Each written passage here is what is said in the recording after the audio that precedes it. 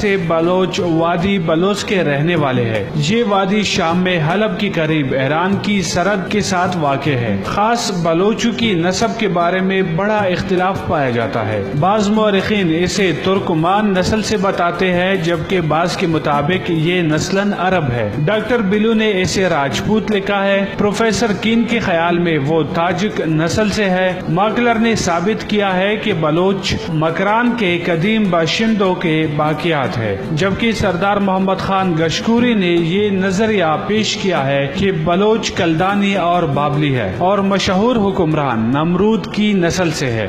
اہل بابل اپنے قومی دیوتا کو بال عظیم کہا کرتے تھے۔ یونانیوں نے اسے بیلوس کہا۔ عہد قدیم میں لفظ بلوچ کو بالوس اور بیلوس لکھا جاتا تھا۔ اس کے بعد یہ لفظ بیلوس اور بالوس کے طور پر تحریر و بیان میں آتا رہا۔ عرب اسے بلوچ ادا کرتے ہیں اور ایرانی اسے بلوچ لکھتے اور بولتے ہیں۔ ہمارے ہاں ایرانی لفظ بلوچ رائج ہے۔ اصل میں یہ لفظ بلوچ ہے جسے عربوں نے بلوچ اور ایرانیوں نے بلوچ لکھا۔ خود بلوچوں کے پاس ایک نظم کی سوا کوئی قدیم مواد موجود نہیں۔ اس نظم میں لکھا گیا ہے کہ وہ امیر حمزہ کی اولاد ہے اور حلب سے آئے ہیں۔ اس میں مزید یہ بیان ہوا ہے کہ انہوں نے کربلا میں حضرت امام حسین رضی اللہ عنہ کا ساتھ دیا تھا اور ان کی شہادت کے بعد وہ بامپور پہنچے اور وہاں سے سیستان اور مکران آئے۔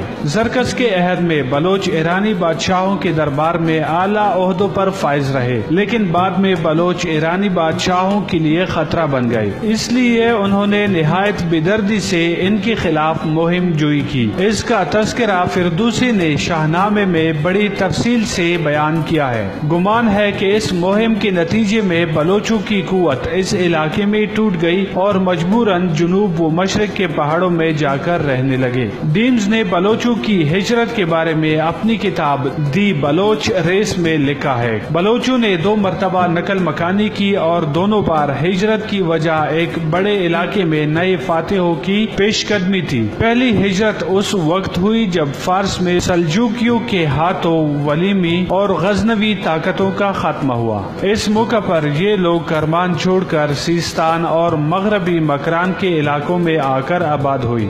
دوسری بار انہوں نے اس علاقے کو چھوڑ کر مشرقی مکران اور سندھ کا رخ کیا۔ یہ ہجرت چنگیز خان کے حملوں اور جلال الدین منگول کی وجہ سے ہوئی۔ دوسری ہجرت کے نتیجے میں انہوں نے پہلی بار وادی سندھ میں قدم رکھا، جس سے ان کے لیے تیسری اور آخری ہجرت کا راستہ ہموار ہوا، اور آخری ہجرت نے ان کے بڑے حصے کو ہندوستان کے میدانی علاقوں میں منتشر کر دیا۔ اس آخری ہجرت کا زمانہ ہندوستان پر تیمور لنگ کے حملے اور بابر کی یورش کا زمانہ ہے۔ بعض قبیلوں نے کلات پر قابض ہو کر بلوچوں کو سندھ اور پنجاب کے درمیانی علاقوں کی طرف جانے پر مجبور کر دیا۔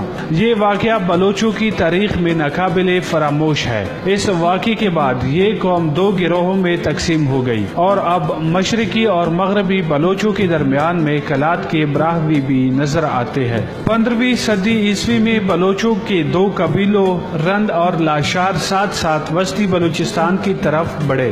جو لوگ ان کے مقابلے پر تھے یا وہ قتل کر دیے گئے یا انہوں نے اطاعت قبول کر لی۔ آخر میر چاکر خان کے عہد میں سارا بلوچستان بلوچوں کے قبضے میں آ گیا اور وہاں ان کی حکومت قائم ہو گئی۔ میر چاکر خان ایک عظیم بلوچ تھا۔ وہ امیر جلال خان کے اولاد میں سے تھا۔ اس نے خزدار، درہ مولا، کچی کے میدان، درہ بلان اور ڈاڈر پر قبضہ کرنے کے بعد سبی کو فتح کیا۔ اس کے بعد ان دونوں قبیلوں رند اور لاشاریوں میں جنگ چھڑ گئی جو 30 سال تک جاری رہی۔ بلوچوں کی زبان بلوچی ہے جو جنوب مغربی ایرانی زبان ہے۔ بلوچوں کی بہت باری اکثریت مسلمان ہے اور ایک اندازے کے مطابق 70% بلوچ پاکستان میں آباد ہے۔ پاکستان کے علاوہ بلوچ قوم ایران، عمان، افغانستان، متحدہ عرب امارات، بھارت اور ترکمانستان میں بھی آباد ہے۔ بلوچی بولنے والوں کی تعداد کا اندازہ 1.5 سے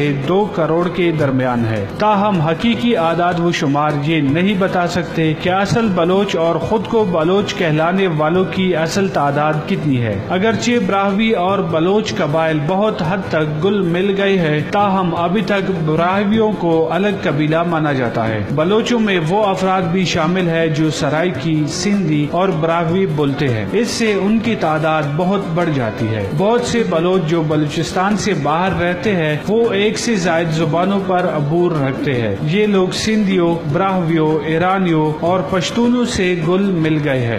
بلوچوں کے بڑے قبائل مری اور بگٹی بلوچی زبان بولتے ہیں۔ لانگو قبیلہ جو وسطی بلوچستان میں رہتا ہے بلوچی کو مادری اور براہوی کو ثانوی زبان کی طرح بولتے ہیں۔ بزنجو اور محمد ثانی قبیلہ بھی دونوں زبانیں استعمال کرتے ہیں۔ بنگولزئی قبیلہ براہوی بولتا ہے جبکہ گورشانی جو راجن پور میں بلوچوں کا سب سے بڑا قبیلہ ہے بلوچی زبان بولتے ہیں۔ لغاری قبیلہ ڈیرہ اسماعیل خان میں بلوچی اور رحیم یار خان میں سرائکی بولتے ہیں جبکہ سندھ میں رہنے والے لغاری سندھی زبان بولتے ہیں۔